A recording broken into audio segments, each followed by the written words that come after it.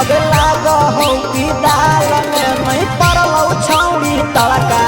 अगे 5 साल से अभी ले नहीं होलो तोरा लड़का।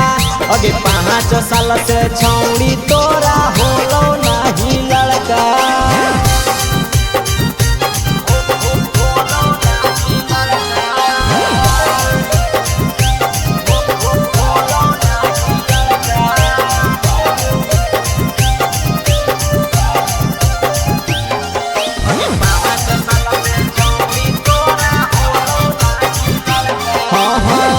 भरल खजनवा नाही छूला तो सजाना लागे।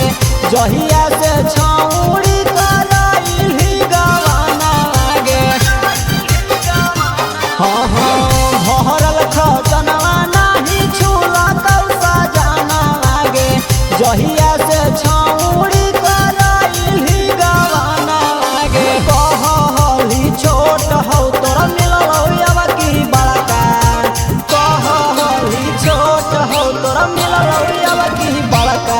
अगे 5 साल से अभी ले नहीं होलो तोरा लड़का। अगे 5 साल से अभी ले नहीं होलो तोरा लड़का।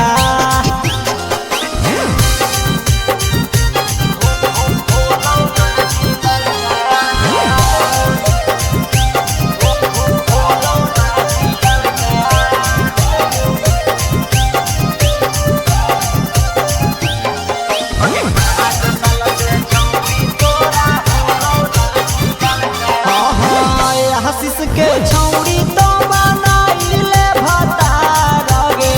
रोजा रोजा डोज देतौ तो रहला गतार गे। हे गे रंजित के छौड़ी तो बनाइले भतार गे। रोजा रोजा डोज देतौ तो रहला गतार गे। छोट छाट बलिया के बहनाई देतौ सड़का। छोट छाट बलिया के बहनाई देतौ सड़का। अगे मारतौ डबल डोज छौ